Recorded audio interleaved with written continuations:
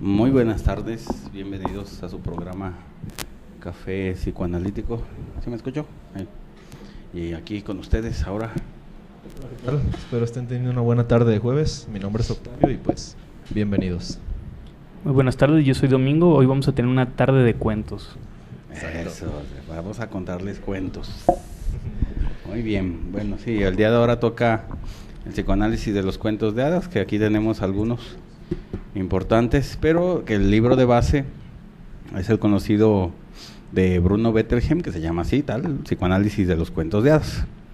Así que, bueno, iniciemos. Bueno, estos son, digamos, como los de base, pero también hay otros cuentos que no entran como tal, que son más modernos, como es Alicia en el País de las Maravillas, el de Peter Pan, y todos esos son más modernos, pero también tienen la estructura de un cuento de hadas, ¿no? Entonces, me gustaría comenzar con la función de los cuentos. El cuento se hacía para darle una moraleja, una enseñanza a los niños, pero con el tiempo fueron tratando de desaparecerlos porque la gente ya no quería censurar el mensaje, pero al momento de quitarle la censura al mensaje ya no se enseña de la misma manera o ya no se aprende porque ya no hay tanto interés. Si le dicen las cosas tal cual al niño, la moraleja desde el principio ya no la va a entender. Entonces Bruno Bettelheim decía que era la importancia del cuento. Al momento que el niño va creciendo, va entendiendo poco a poco cuál es el mensaje detrás del cuento, que sería la moraleja. Bueno, de alguna manera nos encontramos con lo que menciona el autor y también podríamos hacer eco nosotros, en la que es el primer como lenguaje ya más estructurado con el que se encuentra el niño. Ya ha tenido el lenguaje de sus padres y demás, pero en esta le da un paso, por decirlo así, a la intelectualidad, porque bueno, ya se encuentra ahora con otra forma de lenguaje, más de la hablada, ahora también la escrita, y que además a eso le sumamos que muchos de estos cuentos, que yo creo que si alguno de los que nos escucha le manejaron estos cuentos en sus diferentes ediciones, pues veíamos que venían acompañados hasta de imágenes. Entonces ya como que le daba una consistencia al discurso que le podrían transmitir al niño. Este es uno de los puntos que ahorita dice Domingo y dice el autor en su libro, en el que bueno, se ayuda a estructurar como una moraleja de alguna manera, que es la que le van a dar al niño, y que muchas de estas pues moralejas, valga la redundancia, son a las que se va enfrentando en su vida cotidiana. Entonces de alguna manera forman al niño en conjunto con los padres, y por eso pues vemos que los cuentos como que no han pasado de moda, aunque se han adaptado, tienen diferentes versiones. Vemos que siempre en la niñez es como algo consecuente, y si no son estos cuentos clásicos pues son otros, pero siempre como que se le trata de dar el cuento que sea parte de la infancia. Digamos que actualmente hay como una moda otra vez de volver a los cuentos, que ya los cuentos clásicos, que se dio con hace unos años con el de la chica de la capa roja, ¿no? Algo así, era el de Caperucita. Luego estaba el de Hansel y Gretel, Cazadores de Brujas. Blancanieves hay dos. Y luego esta última de Jack y los Gigantes, ¿o cómo se llamaba? Esa que salió en abril, algo por ahí. Y aquí las habichuelas. Ándale, algo así que remite a ese cuento. Bueno, dice el autor que hay tres escritores importantes a nivel de los cuentos de hadas. El primero de ellos es Perrault, que sus cuentos son moralistas, digamos, esa es la gran desventaja que tiene él. El segundo es Andersen, que sus cuentos son depresivos, así que esa es otra gran desventaja. Y los terceros, o el tercero cuentista, que son los hermanos Grimm, los dos, que son los mejores cuentos para contar a los niños, ¿no? Que tienen esta estructura del cuento de hadas que ayuda al niño a crecer, a vencer sus angustias y a enriquecer su mundo interior, ¿no? Que es la finalidad del cuento de hadas. Digamos que en el tiempo de Grimm, que es como el que tuvo más difusión. ¿Ya se escucha? Que digamos que en la época de Grimm, a ver, bueno, vamos a hacer un cambio de micrófonos. Luego no te oyes y tus fans te van a decir que no estás. Bueno, ya. ¿Se escucha? Digamos que ahorita que se mencionaba estos 3 grandes autores de cuentos, en la parte de Grimm, que fue el que tuvo como más difusión, o al que se siguen preservando bastantes, que incluso somos los que vemos que se ven adaptados en las películas, de alguna manera eran cuentos para niños, se suponía, por la fantasía, y de alguna manera porque en esa época, como de la literatura, la fantasía era nada más para las personas que eran menores, no era como para los adultos, aunque vemos que en los cuentos, las versiones originales, pues sí son como un poquito más, incluso hasta bizarras o como fuertes para un niño, ¿no? Ya veremos en los cuentos a lo mejor de Hansel y Gretel, que tienen finales distintos a los que conocemos, en el cuento de La Cenicienta y demás. Es que son digamos que son los finales correctos, sí, esos. Diferentes a los que nos dicen los niños, ¿no? Ajá, entonces, a los niños, a nosotros los niños. Sí, bueno, o los que estamos acostumbrados a ver a Blancanieves, a Disney, ¿no? Más o menos, que son diferentes, pues, pero esa es la desventaja. Y que incluso cuando se contaban, pues no se les decía todo, o sea, sí se les iba narrando un poco, pero no se les decía así como en el caso de La Cenicienta, haciendo referencia, pues que las hermanastras, para que entrara las zapatillas, se amputan los dedos. Entonces era como una cosa que no se dice, ¿verdad? Simplemente se quedaban en no le quedó la zapatilla, feo, ¿verdad? Y era como para quitar esta parte brutal y pues que todavía fuera como una protección al niño, que se consideraba pues de alguna manera en su estado de pureza. Sí. Entonces vemos que ya hay nuevas adaptaciones, que incluso a lo mejor tocaremos un poquito esto del País de las Maravillas, que también es como de la nueva literatura infantil, ¿verdad? Y que también vemos que se repiten en películas. Entonces pues ahí viene esta parte y sí, estamos hoy continuando con el ciclo de este análisis como más aplicado. Que vimos la semana pasada con esto del vampiro, el mismo análisis de Drácula, un personaje literario y pues que también se ha seguido de culto, y bueno, hoy con cuentos de hadas, ya veremos qué sigue la semana próxima, pero estamos en este ciclo de psicoanálisis aplicado y que ya hacía referencia el Dog y tanto Domingo. Que bueno, hoy tenemos algunos cuentos que vamos a hacer los que estemos analizando, pero a su vez, pues esto se le puede dar aplicación a los diferentes cuentos, aunque no sean los que mencionemos, ¿no? Ni aunque no sean clásicos. Ya es como una pauta para... Iniciamos con el primero, con uno de ellos, que es el de los más modernos, que es el de Alicia en el País de las Maravillas, de Lewis Carroll. Me gustaría empezar primero con cómo nace un cuento, cómo se hace un cuento.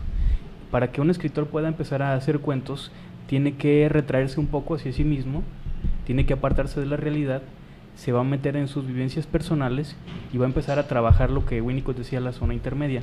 Entonces va a estar tratando de traer a la conciencia partes del inconsciente y los va a estar desplazando o los va a estar condensando en personajes y en historias. Y conforme va avanzando va a crear una historia que a lo mejor ni siquiera él es consciente de lo que está diciendo. Y en esa escritura está proyectando partes de sí mismo, y por eso podemos ver personajes que son buenos, personajes que son malos, pero si nos fijamos a fondo, cada uno va a tener ciertas características del escritor y de lo que estaba viviendo en ese momento el escritor. Si comenzamos a hablar de Lewis Carroll, era un personaje muy polémico. ¿Por qué? Porque era muy excéntrico, porque se comportaba como niño, pero aparte porque tenía como una doble personalidad. Era ante la gente era una persona, era un maestro, pero ante los niños era Lewis Carroll. Usaba un nombre artístico que surgió al invertir su nombre real, que era Charles Dodgson, algo así. Dodgson. Pero al momento de modificarlo, también borra el nombre del padre, el apellido. Como buen perverso, desaparece el padre ahí.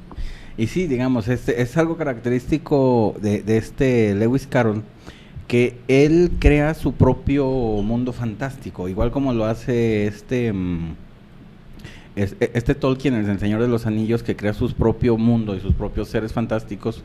Con Lewis Carroll hace, digamos, de su mundo cotidiano lo vuelve caricatura, pero lo hace como universal, ¿no? Al fin de cuentas, digamos, la oruga que aparece ahí, el conejo, representan rasgos, digamos, de adultos, pues que también lo que hace Lewis Carroll es ridiculiza a los adultos, pues por eso todo el rey, la reina tienen como rasgos medios tontos, pues porque están ridiculizados, ¿no?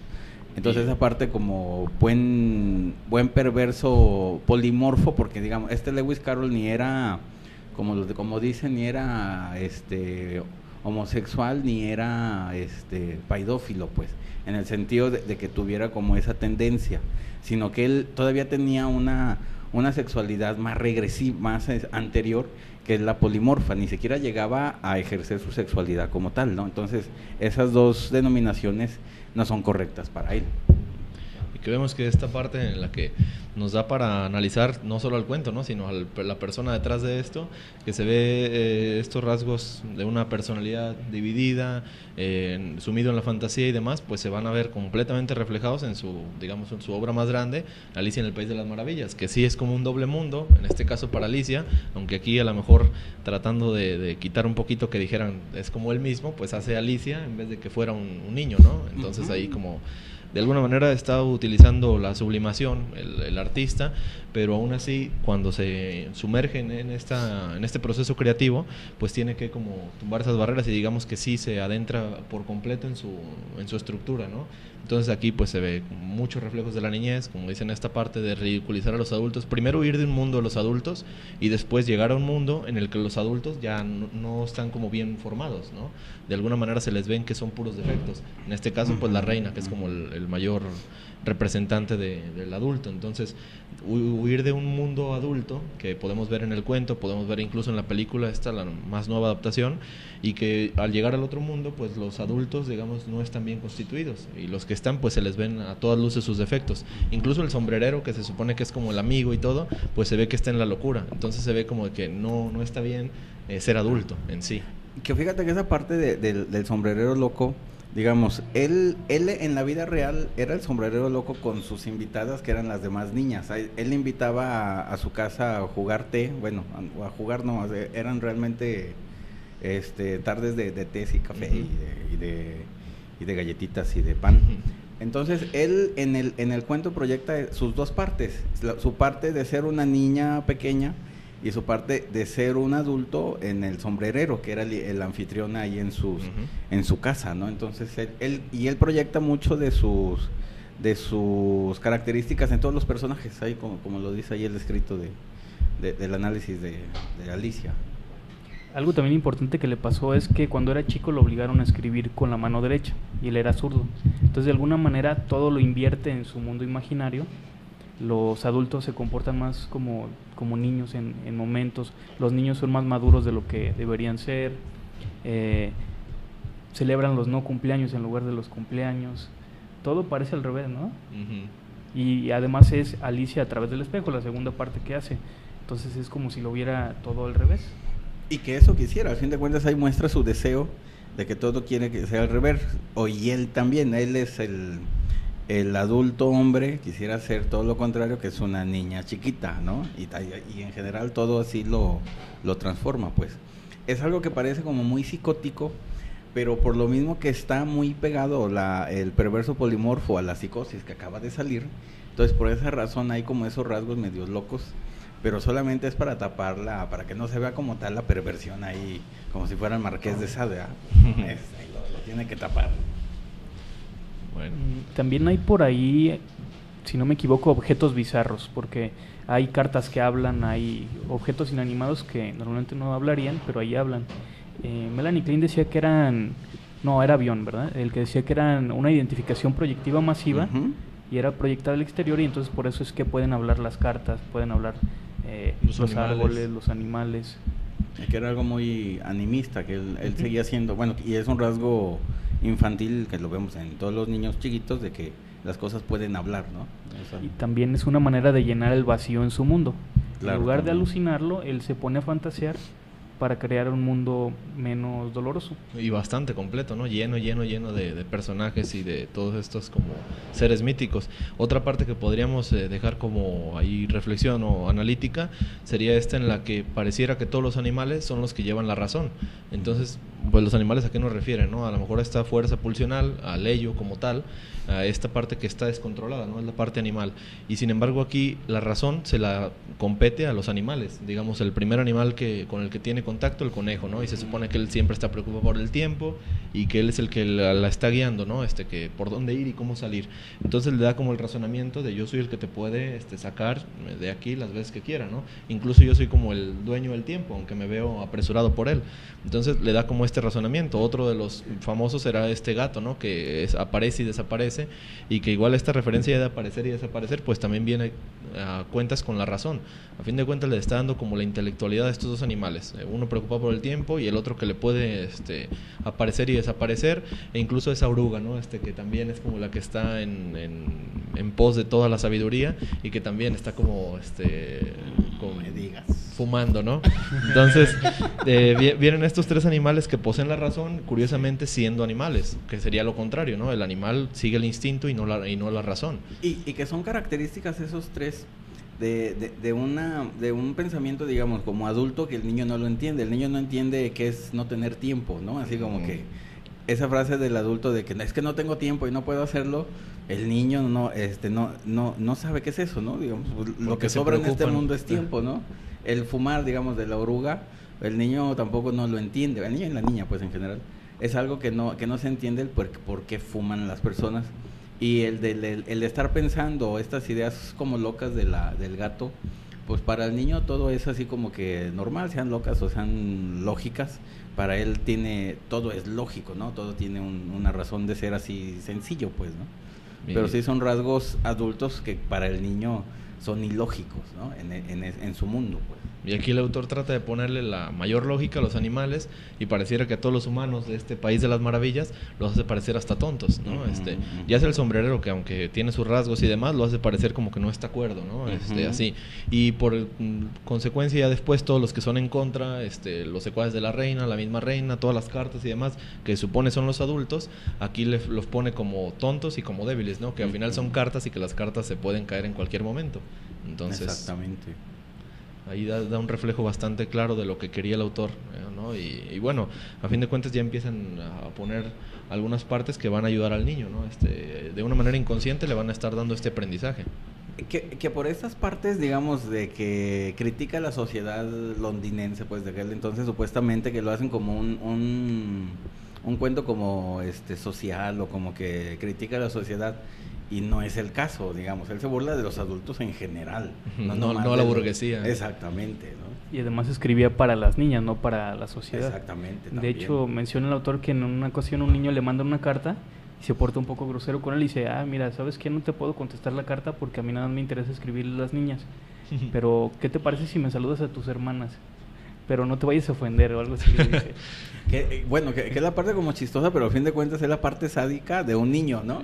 Que ahí se manifiesta muy claro el sadismo infantil, ¿no? Sí, pues eso viene como la crueldad, porque los niños a veces son crueles, ¿no? Porque lo hacen de una manera tan natural, que a lo mejor ya con el paso de los años uno ya tiene esa como decencia o esa cortesía, y que aunque nos alude a falsedad, pues de todas maneras ya se tiene así como, no, si le digo esto se puede sentir mal. Entonces ahí sádico y perverso también, ¿no? Es la parte, bueno, también y cómica, pues, como lo dice, como el cuate que del internet que decía que le iba a mandar a patrullas y a los ninjas y no sé qué tanto, ¿verdad? Que también así como que ahí está esa parte sadicanal presente en esas amenazas, ¿no? Puedo hacer todo. Ándale. Les recordamos que pueden dejar sus comentarios, estamos aquí al pendiente del chat, entonces para que ahí nos escriban saludos, comentarios y bueno, dudas que les vayan surgiendo, pues también. Juan Gutiérrez y Sandra nos mandan saludos. Pues un saludo para ellos. Y pues también para que estén al pendiente ahí de la página de Facebook, www.facebook.com/Café Psicoanalítico Radio, así la pueden encontrar y bueno, ahí checar programas pasados y la publicidad que vamos subiendo del programa que va a venir la siguiente semana. Yes. Una frase muy famosa del cuento es la parte donde la reina le quiere cortar la cabeza a todos los que fallan. Y ahí es como la ansiedad de castración, ¿no? El miedo a la castración que lo persigue. Y que le quitaría esa parte de la niña pequeña y que ya lo convertiría en el hombre adulto. También la parte en la que se siente de alguna manera que las ideas del niño no pueden ser respetadas, porque es como muy común decir, bueno, es un niño, así como que, ¿cómo puede pensar tanto, no? Entonces, así, aunque nos hace referencia en esta parte de la castración, también a cortarte las ideas, ¿no? Ahí como él sintiéndose de alguna manera agredido, de decir, bueno, él era el niño permanente, ¿no? A fin de cuentas el autor, o es lo que quería hacer, y quitarle esas ideas como de los niños no pueden pensar, entonces era como un reclamo también directo a los padres. Entonces, como el decir, ¿por qué nos tienen que cortar la cabeza? Y la cabeza pues siempre ha sido referencia a los pensamientos, ¿no? A las ideas. Que fíjate que la parte de la reina y el rey, que al fin de cuentas representan a los padres o a los padres de Lewis, que están al revésados, ¿no? Es un padre débil y una madre fálica, ¿no? Ahí con eso. Que también tiene referencia pues a la reina y al rey de allá de Inglaterra, que la reina es la que manda, ¿no? Más que el rey, sí. ¿no? Entonces, ahí sí se refleja un poquito de política ya. Total. Pero ya es como cuestión de, pues con eso creció, ¿no? Sí, Ni modo que hiciera otra cosa. sí. Entonces, ahí ya era como algo más inevitable. Manda saludos Tacho también. Pues un saludo para Tacho. Saludote. Entonces, no sé si continuamos con otro cuento o... Pues podemos continuar si quieren con otro cuento. Con el tuyo, el Hansel. Bueno, hablamos también de Hansel y Gretel, que también es uno de los cuentos clásicos y que tiene bastantes referentes y diría Lacan también significantes que se repiten en muchos más otros cuentos. Poníamos en la publicidad, en alguna de ellas, esta referencia del bosque, ¿no? Que bueno, el bosque siempre es como algo que se repite en todos estos cuentos, se repite aquí en Hansel y Gretel, que es donde se pierden, se repite a lo mejor en el Blancanieves, que también es donde se pierde y después se encuentra a los enanos, y así se repiten todos, que siempre hay como a las afueras de la ciudad, a las afueras de la villa, muy cerca de la casa, bosque, ¿no? Y el bosque nos trae bastantes referencias. Aquí hablamos por eso de como un significante que puede decirnos el bosque, ¿no? A cada uno. Y en términos generales podría ser esta parte pues desconocida, esta parte oscura y esta parte que de alguna u otra manera tenemos que llegar a cruzar. Entonces lo vemos en los diferentes cuentos que tienen que llegar a algún punto de la historia en la que tenga que cruzar, ¿no? El bosque, en el que tenga que enfrentarse a esos miedos, a fin de cuentas, porque la oscuridad o ese desconocimiento pues es lo que causa el miedo o la angustia en un primer plano. Entonces aquí lo vemos con Hansel y Gretel, que yo creo que ya la mayoría conoce este cuento, en el que dos niños se enfrentan a una situación un tanto precaria en su casa. Los padres no tienen con qué alimentarlos y bueno, es uno de los primeros temores, ¿no? También a pesar de que sea el temor a morir, pues también viene aquí el temor a morir por el descuido de los padres. Entonces ya se abre una vertiente en la que el padre puede ser bueno, puede ser malo, y aquí pues están las dos figuras, que curiosamente también se repite esto del padre un poquito más anulado.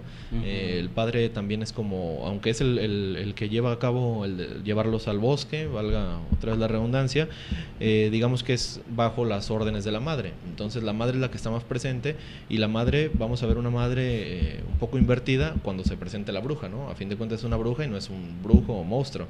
Entonces ahí como que la madre es la presente. Esa parte de que la madre está más presente que el padre es a fin de cuentas por la importancia del niño, bueno, en la vida en el niño, de que está más presente la madre que el padre, ¿no? El padre aparece que va a trabajar y no sé qué.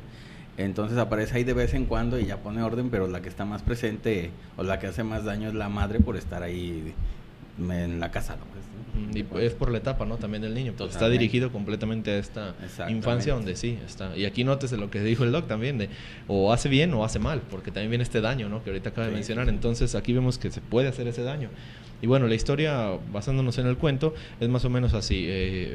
El padre, al ver que no puede mantenerlos y demás, parece que quiere abandonarlos. Entonces los niños de alguna manera tienen este presentimiento ya de abandono, y una primera vez los lleva al bosque, pero ahí digamos que vuelve otra vez esta intelectualidad o esta razón o el conocimiento, y de alguna manera Hansel prevé esto y deja piedritas en el camino para saber volver a casa. Entonces, aunque los deje en el bosque, sin decirle la verdadera intención, él puede regresar a casa, y aquí se abriría la parte donde se subraya, gracias a su intelectualidad, ¿no? O gracias a su audacia, de que dice, bueno, hay que dejar piedritas para regresar. Sin embargo, después, la parte que todos sabemos del cuento, los vuelve a dejar en el bosque, digamos, se pierden, y esta vez Hansel, para haber recordado el camino, no deja piedras, sino que deja migajas, y no se fija como en las partes del bosque. Entonces aquí ya dicen, bueno, se pierde, pero se pierde de alguna manera inconscientemente, que Hansel también como que quisiese perderse. Entonces, ¿por qué dejar pan si sabían que los pájaros pues se los iban a comer, ¿no? Estas migajas, y así es como pasa. Después de esto viene la parte en la que se encuentran con la casa de la bruja, ¿no? Y vuelve a anudar esta parte en la que está como la razón y está la parte de la fantasía. en la que empiezan ahí a ver la casa y digamos que la casa es como ese representante de lo que está prohibido, ¿no? Lo que no pueden hacer, y sin embargo ellos llegan y lo hacen. Entonces, en una parte del cuento se supone que la bruja incluso les dice, ¿quién está mordisqueando mi casa, no? Uh-huh. Y ellos como que les vale y siguen mordisqueando que la puerta y que la ventana y demás. Entonces, la bruja después llega y los invita a pasar, aunque ahí no se molesta, se hace parecer a la madre buena. Aquí es la referencia que hace el autor, en la que dice, bueno, llega y los acobija y les da comida y que tortas y azúcar y demás. Entonces los trata muy bien hasta que caen en el sueño y bueno, ya duermen. Y cuando se despiertan se encuentran con la cruda realidad de que ahora la bruja o la ancianita que habían visto en un primer punto, es completamente mala y que en realidad los estaba engordando y que en realidad quería comérselos. Entonces, digamos, ya el primer punto era como el abandono del padre, que pues es un miedo bastante grande, o en este caso los padres, ¿no? Los dos, y después que una nueva madre buena, en este caso la ancianita que les había ofrecido como casa y cobijo y demás, pues también es mala. Entonces ahí es como las angustias primarias del niño, que podríamos verlas reflejadas en varias partes reales. Sí, que digamos, la conflictiva de Hansel y Gretel es las pulsiones orales, pues, ¿no? Que todo tiene que ver con la comida, como lo vemos muy bien, ¿no? Y lo que pasa cuando se usa mal la comida, cuando uno no sabe usar la comida o a sus horas, o tener, digamos, esa educación para comer, porque aquí hacen referencia a que se comen a la casa, que a fin de cuentas es comerse a la madre, ¿no? Una casa es el símbolo de una mamá, y que cuando se comen a la madre o cuando se la quieren comer o cuando la muerden, pues al fin de cuentas aparece la mamá mala, que en este caso es la bruja, ¿no? Uh-huh. Entonces, si aparece la mamá mala, pues obvio que los va a castigar y los va a hacer, se los va a querer comer como en venganza de que a ella se la comieron, ¿no? Uh-huh. Y son las fantasías infantiles de la primera etapa del primer año de vida, ¿no? De todo niño o niña. Sería también como si se comieran el amor de la madre, ¿no? Sí, y al también terminarse el amor de la madre, pues va a venir el odio de la madre, que va a venir a atacarlos, y tienen ese miedo como a la venganza o la retaliación que le llaman a veces. Uh-huh. Viene la parte en la que ellos se comen, bueno, en esta parte ya había dicho la puerta, las ventanas y demás, y también se comen el techo, y digamos de las partes de la casa, pues es lo que la deja completamente inutilizada, ¿no? Ya no hay techo, ya no hay como que protegerse, ya no hay por dónde entrar tampoco, ni cómo asegurarte en el caso de que estés dentro, y también la ventana como esta referencia a ver lo que hay afuera. Entonces digamos que la dejan completamente inútil la casa, y de alguna manera hacen más caso a su pulsión o al deseo, en este caso pues como de alimentarse y demás, pero con un desenfreno, ¿no? Uh-huh. Es como la parte completamente del ello, ¿no? La fuerza pulsional en la que no les importan las consecuencias. Digamos, una de las necesidades básicas es alimentarse, pero sin embargo cuando ya es el aparato psíquico en su totalidad, pues te dice de qué alimentarte, qué es lo que te puede hacer bien y qué es lo que te puede hacer mal. Pero la necesidad al principio era meramente salvaje, ¿no? Alimentarte. Incluso podrían hacernos referencias, algunas yo lo investigaba, pues al canibalismo, ¿no? Es la necesidad como tal, alimentarte y no te importa de qué, incluso que sea de tu misma especie o semejante. Sin embargo, ya después con este proceso del super yo y bueno, la transmisión entre el yo y demás, viene la parte en la que te dicen, bueno, tienes hambre, pero aliméntate de esto. Y ya de ahí vienen como ahora sí los tiempos que mencionaba el Doc, los modales para alimentarte y demás, que aquí se ven como anulados. Dicen, bueno, nos comemos la casa, aunque incluso la viejita o la bruja nos haya dicho de quién está mordisqueando mi casa. No hay problema que le quitemos la casa, o no hay problema a un nivel más inconsciente que nos comamos a mamá. A fin de cuentas tenemos hambre y es lo que queremos, ¿no? Y después viene el castigo, que el castigo es igual a lo que tú hiciste. Tú te comiste a la casita, te voy a comer a ti. No, entonces ahí también es una de las primeras angustias, el ser devorado. Bueno, esta parte de las angustias infantiles, digamos que se explica mucho con la teoría de Melanie Klein, en el sentido de la posición esquizoparanoide y la posición depresiva, ¿no? Toda posición esquizoparanoide es como una crisis para el niño, y son angustias, psicóticas en ese sentido, muy primitivas, y que deben de avanzar la posición depresiva y hacer una angustia neurótica, ¿no? Y los cuentos de hadas hacen exactamente este pase, el que el niño sepa elaborar las angustias primitivas, y al elaborarlas, al manejar el conflicto, ya puede, digamos, resolverlo, ¿no? Que es la parte importante de los cuentos de hadas, que le dan herramientas, le dan simbología o símbolos a los niños para que puedan elaborar estas angustias. En el cuento de Hansel y Gretel, ya la segunda parte, es cuando encierran al niño y lo tienen en una jaula y lo está alimentando y alimentando, y se supone que la bruja o la viejita ya no veía. Entonces la niña le pasa una pata de pollo para que la esté tocando y ve que todavía le falta comida. Pero el niño ya ahí empieza a manejar la comida para no acabársela, y entonces ya maneja sus ansiedades de voracidad o de pulsiones orales y logran escapar de la viejita. Y aquí vemos que otra vez es como la razón contra la fantasía, ¿no? En este caso ya utiliza su audacia, de alguna manera la inteligencia, en la que dice, bueno, hacen este truco del hueso del pollo para que piense que todavía tiene que seguirlo alimentando y no se los coma, ¿no? Que a fin de cuentas era lo que querían evitar. Y aquí vemos que, bueno, en concreto, ahorita que decía el doc, esta parte en la que el niño tiene que aprender a trabajar con sus propias angustias, sus propios problemas, y en sí que le van a servir ya en su vida adulta para manejar cualquier situación que se le presente, ¿no? De alguna manera están constituyendo a la persona como tal. Y el cuento, la creatividad, y el cuento está ayudando a esto, a que primeramente, aquí menciona una parte del autor, que voy a parafrasearla, de que dice, el niño necesita poseer este lenguaje y tiene que aprender a usarlo de manera plenamente responsable, si quiere llegar a ser dueño y señor de su propio espíritu. Bueno, nos hace referencia a nuevamente lo que decíamos. Es la primera parte donde el niño choca con el lenguaje ya escrito, y la primera parte donde, bueno, estos cuentos se los pueden dar a cualquier niño y demás. Vemos que ya las ediciones pues vienen como para la fácil lectura, ¿no? Y sin embargo en esta parte se está dejando ya una moraleja constante. En especial el cuento de Hansel y Gretel, está la parte en que tienen que los niños salir por su propia cuenta, y que resumiendo el cuento, en la parte final vamos a ver que al niño le da de alguna manera esa especie de esperanza, el decir, bueno, a pesar de todos los obstáculos, a pesar de incluso los villanos del cuento, en este caso la bruja, pues el niño puede salir adelante, ¿no? Y el niño sobrevive. Y aquí vemos que hay muchos representantes, así como esta parte que menciona Domingo, en la que están encerrados en la jaula y, bueno, burlan a la bruja y salen de ahí. Vemos que también están, en este caso, las aves, ¿no? Las aves que primeramente los pierden, la parte en la que se comen las migajas, y la parte en la que una paloma blanca se supone que es la que los guía hacia cómo salir del bosque, ¿no? Y bueno, la paloma blanca sigue siendo un referente como mundial, ¿no? A la paz y a esta como tranquilidad. Entonces de aquí sí la utiliza el autor. Luego tienen que utilizar otro pájaro, que es un cisne, que supuestamente ya van a salir del bosque, pero no hay manera de salir más que cruzando un lago. Entonces viene la parte en la que, bueno, tienen que, la hermana, en este caso Gretel, se da cuenta de que hay un cisne y dice, bueno, vamos a pasar en él, ¿no? Hansel se sube al cisne en la parte de la cola y invita a Gretel a que se suba, y sin embargo se da cuenta de que el cisne probablemente no pueda hacerlo, o se hundan o algo así, y entonces nuevamente tienen que hacer uso pues de lo que están aprendiendo, ¿no? Continuamente. Entonces pues ven que tienen que separarse, y aquí viene otra angustia de las como clásicas, ¿no? De la niñez, que es la separación. Ya vimos los miedos que puede ocasionar el bosque, ya vimos los miedos a que te devoren, los miedos a morir de hambre, el miedo a morir como si solo. Y en este caso la angustia de la separación, ¿no?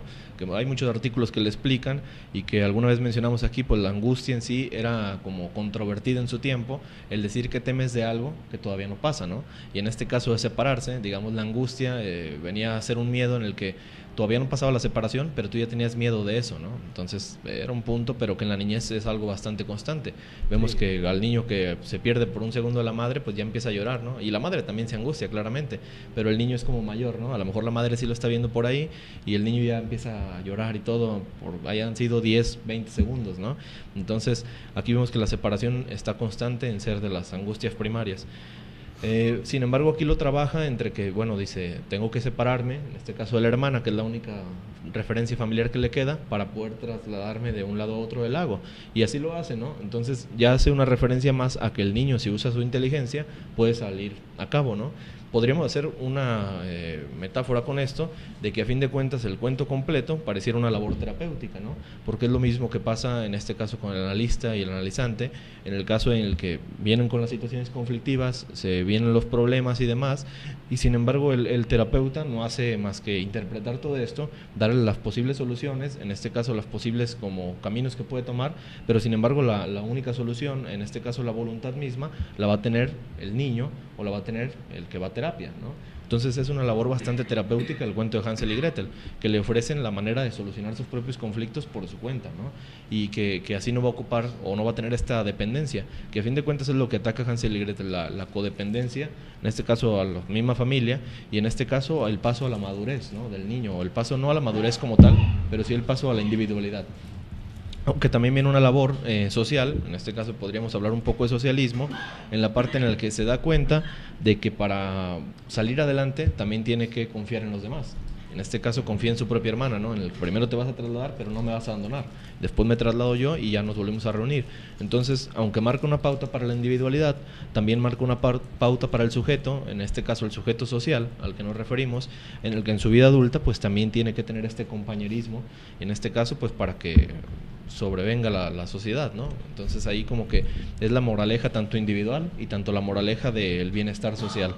Es algo bastante como, pues abarca demasiado, ¿no? El cuento de Hansel y Gretel, pero a fin de cuentas esto podría ser unas cuantas de las explicaciones. Que también esa parte de que, bueno, está la división de los dos niños, también son las partes, sí, agárralo. También son las partes de que el niño también está dividido, tiene muchas partes él, o muchas características, o muchas actitudes que las puede usar una por una para poder también crecer y desarrollarse, ¿no? Uh-huh. No solamente es la pura inteligencia o la pura astucia o la agresión o así, solamente así como si fueran partes de que ahí están, sino que también todas las puede usar en su momento para poder elaborar estas angustias o los conflictos o todo lo que quiera, ¿no? Uh-huh. Que también hay una parte importante de que cuando matan a la bruja encuentran el tesoro de la bruja, ¿no? Uh-huh. Que es la parte de, digamos, si es la que llevan a los padres y ya no va a haber problemas con la alimentación porque ya va a haber supuestamente dinero, ¿no? Pero a lo que se refiere con esta riqueza que los niños encuentran es que al haber dominado sus pulsiones orales y ya poder dominar su hambre, pues por decirlo así, esa es la riqueza que van a encontrar, que van a poder socializar con los padres y van a poder socializar así en general, y ya van a ser parte de una familia porque ya pueden controlar sus pulsiones y ya son parte o son más educados en ese sentido, ¿no? Obtienen un nivel de niño mayor, ¿no? Por decirlo así. El autor nos hace referencia que antes que esperar que todo venga de los padres, pues el niño también tiene que aportar algo, ¿no? Uh-huh. En este caso es como el símbolo de que aporta las joyas a la familia. Uh-huh. Y sin embargo, el cuento no cierra de esa manera como de que a partir de ese momento no volvieron a sufrir de pobreza o no volvieron a sufrir de hambre. No, sino que nada más dice, entonces se solucionaron todos sus problemas y vivieron felices para siempre. Pero no hace índole nada más a los económicos, ¿no? Sino todos los problemas entre que los padres ya estaban felices de que volviera el niño, y bueno, los niños, y de que los niños estaban felices de estar de vuelta, y sin embargo parecía que la tranquilidad era más como a nivel psicológico, ¿no? Ya los padres habían aprendido a ser padres de alguna manera, uh-huh, o a ya darle su espacio al niño, y los niños habían aprendido a ser hijos en la parte de no depender por completo de los padres. Y digamos que ya no estaban desgastando a los padres y no se estaban acabando el cariño de los padres, y por eso es que ya no aparecían esas figuras malas. Flanders le manda saludos a Víctor. Pues saludos. Un saludo a Flanders, a Víctor. Que por cierto, aprovecho también para mandarle saludos a Elizabeth, que me dijo que iba a estar bastante al pendiente de esto, que iba a dejar el programa grabando, por cierto, que porque no podía escucharlo en vivo, pero ya si escucha la grabación, pues aquí está. Que Hansel y Gretel me decía que era uno de sus favoritos. Entonces, qué bien, qué bonito. Muy bien. Ya ahora espero no haber despedazado el cuento, porque lo que hacemos, al contrario, ya le damos más herramientas, exactamente, ¿no? Claro está. Bueno. No sé si vamos con otro cuento con el de Caperucita Roja. Bueno, el cuento de Caperucita Roja muy famoso. Antes hay un libro de Porrúa que tiene todos los cuentos de los hermanos Grimm, que es el más barato, digamos, o el más económico, y también lo pueden conseguir en cualquier librería. Esos son eso es como la compilación mejor que hay, la de Editorial Porrúa. Y el clásico de los hermanos Grimm es como tal. Sí, los cuentos de los hermanos Grimm de Editorial Porrúa, ahí está. Ok, bueno, el cuento de Caperucita Roja, que es es un cuento que va a tratar una conflictiva ya no oral como la de Hansel y Gretel, sino ahora va a ser más a nivel de la edípica, ¿no? o de la parte, digamos, tanto de la edípica, pero también como de la parte del cambio de niño a adolescente. Bueno, si recuerdan el cuento, hay varias versiones. Primero Perruet, sí me parece que se llamaba, que era más moralista, escribe una versión donde no le pone nada de censura al cuento. ¿Qué es lo que pasa aquí? Que Caperucita va al bosque en busca de la abuelita, el lobo se encuentra con la niña y le pregunta dónde va a ir. Al momento de que llega a la casa de la abuelita, se mete el lobo, se come la abuelita, se mete a la cama, pero no se viste de la abuelita. Llega Caperucita y entonces el lobo se come a Caperucita, pero cuando se mete a la cama con el lobo se quita toda la ropa. Y entonces ahí era demasiado obvio como que era lo que trataba de dejar de mensaje el autor. Por eso cuando llegan los hermanos Grimm cambian un poco la versión. En esta historia clásica es donde dicen de ¿por qué tienes esos brazos tan grandes? Para abrazarte mejor. ¿Por qué tienes esos oídos tan grandes? Para escucharte mejor, todo eso. Pero no había mucha censura. Entonces cuando llegan los hermanos Grimm tratan de disfrazarlo un poco más para que el mensaje se capte mejor. Las modificaciones, algunas de las que aparecen son, por ejemplo, que primero es engañada a Caperucita, que se viste de la abuelita, todas esas cosas, pues donde ya no está como quejándose de una niña que se deja seducir por el lobo, que el lobo sería como el hombre malo, ¿no? El hombre seductor. Que casi siempre vemos en los cuentos referencia más hacia la madre, y en este caso ya se rompe un poquito la estipulación, que es, digamos, un padre malo, ¿no? A fin de cuentas, o en este caso, como dices, el hombre peligroso, el hombre seductor, ¿no? Que es el lobo, y el lobo, bueno, completamente su parte animal, que ahí como que la referencia, ¿no? Y sin embargo sí, se pasa esta transmutación del cuento entre la censura, que a lo mejor no era, como decías, bueno, la parte moralista y demás, pero no era como el propósito dar tanto significado a cada parte del cuento, sino como tal, ¿no? Y ya con los hermanos Grimm, pues sí, da otras vestiduras. Y luego bueno, una referencia que podemos ver en la capa roja es como la llegada de la pubertad, ¿no?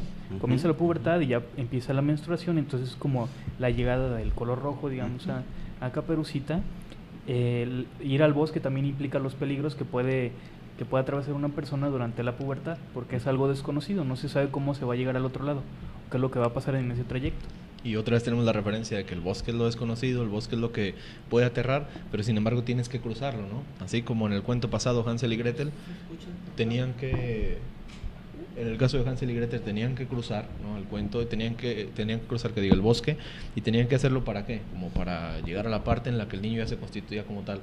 En este caso, ¿para qué tiene que cruzarlo Caperucita, no? También para esto, como para pasar ese peligro de la pubertad, ¿no? O pasar ya a ser a lo mejor una mujer.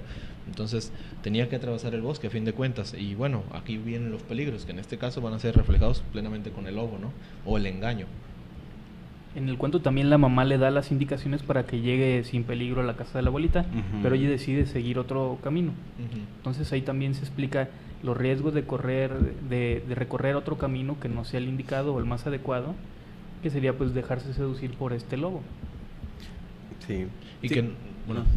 Que nuevamente dan pauta a que Caperucita tome una decisión por sí sola, ¿no? Como que hace una manera de rebeldía hacia la madre, que la madre ya le ofrece el camino y demás, pero sin embargo algo que, bueno, como hace referencia esto a la adolescencia, que es como un proceso natural en la adolescencia, ¿no? Te dicen lo que hacer y haces lo contrario.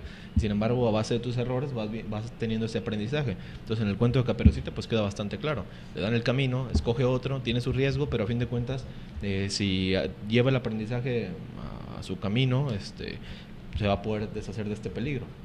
Que digamos esa parte de que, bueno, Caperucita cae, ¿no? Al fin de cuentas es comida por el lobo, así que por desobedecer en todos los consejos que le dieron, que no se saliera, cae, pues ya es comida por el lobo, y ya aparece, digamos, el padre bueno, que es el leñador, y encuentra al lobo, le abre la panza, pues, y saca viva a Caperucita y a la abuelita, ¿no? Que esa figura es un referente al nacimiento, pues al fin de cuentas una fantasía que tienen los niños es que las mujeres se embarazan porque comen algo, ¿no? Entonces ahí viene un referente de cómo nacen los niños, es una fantasía infantil, pues al fin de cuentas, pero también enseña de que se puede renacer después de haber caído o después de haber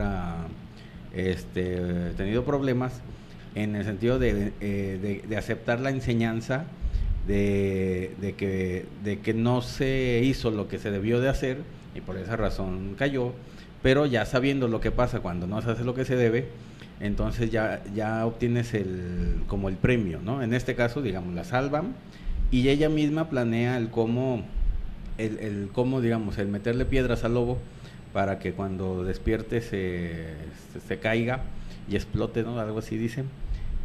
Pero ella también, digamos, castiga a quien se porta mal, que es algo característico en los cuentos de hadas, de que los buenos reciben un premio y los malos reciben un castigo, no como Disney, que todos sean buenos y malos reciben un premio, ¿no? Eso no es correcto. Ni como la tendencia actual, ¿no? De los antihéroes y demás. En este caso los cuentos como que, bueno, obviamente son infantiles y van dirigidos a que no haya como duda, ¿no? De bien y mal. En este caso cumplían con su labor. De los malos eran malos por completo, los malos recibían el castigo y los buenos eran buenos por completo y siempre recibían un premio.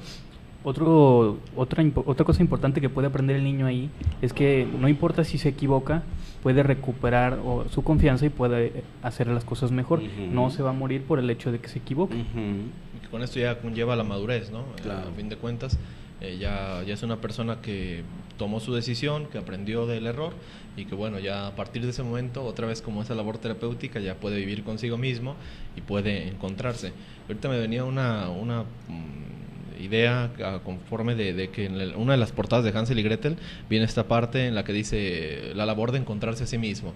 Y bueno, a fin de cuentas es lo que hace también Caperucita, que ahí en ese como que te adelanta, ¿no? La moraleja, no es un encontrar la salida del bosque, en este caso no es encontrar la salida del bosque o del lobo, sino el encontrarte a ti mismo, y en ese caso pues ya con un aprendizaje mayor, como vemos aquí. Llega el padre bueno y todo, pero la referencia es plenamente volver a nacer, ¿no? Como un nuevo parto, porque le sacan al lobo por completo a Caperucita, entonces como que vuelve a nacer, pero ahora ya una nueva Caperucita con el conocimiento como tal.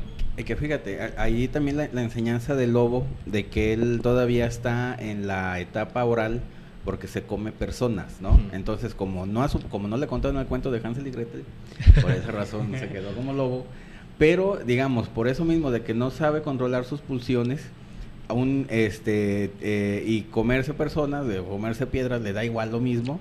A fin de cuentas va a morir en ese sentido, que no va a poder avanzar en su desarrollo, ¿no? Sino que va a tener una consecuencia el no poder controlar sus pulsiones, ¿no? Bueno, nos dice Gloria que no se escuchaba el programa. Aquí me dicen que sí se escucha.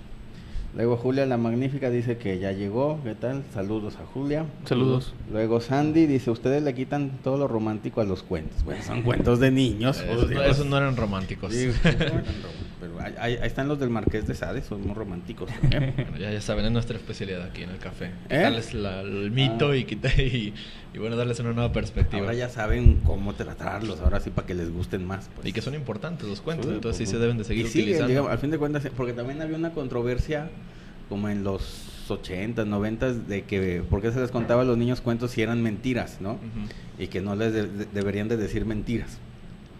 Pero a fin de cuentas, digamos, todos los cuentos de ciencia ficción, de las películas y todo, pues son mentiras, y los adultos lo ven felices y contentos y no les pasa nada, ¿no? Y al contrario, van y buscan los libros, van y buscan El Señor de los Anillos y toda la cosa, y saben que es mentira, pues, pero ayuda a elaborar, que esa es la parte que no dicen estos críticos de los cuentos de hadas. Y en este caso, pues es como una muleta, ¿no? Moral también, vemos que siempre va a llevar una enseñanza. Entonces, creo que con esto acabamos estos tres cuentos. Bueno, a diferencia de, digamos, de lo que decíamos la otra vez de Esopo, ¿tú decías o quién decía? No, ¿sobre qué? Sobre, digamos, de que eran los cuentos de Esopo, que eran, ¿cómo se llaman? Fábulas. Sus fábulas. De que allí sí hay una moraleja. En una fábula hay una moraleja muy específica, pero no ayuda tanto a elaborar todo esto, que el niño lo elabora independientemente y según su necesidad, ¿no? Acá se juega con el inconsciente, por eso el oculto de la moraleja. No te van a decir como esto es lo que tenías que hacer, ándale, no, como que queda para que tú lo descubras. Te dan el mensaje. Sí, los cuentos de hadas tienen ese doble lenguaje, que es el consciente y el inconsciente, ¿no? A mí se me haría interesante que si su vida creen que se parece a un cuento, empiecen a tratar de descifrar qué es lo que significa ese cuento para ustedes.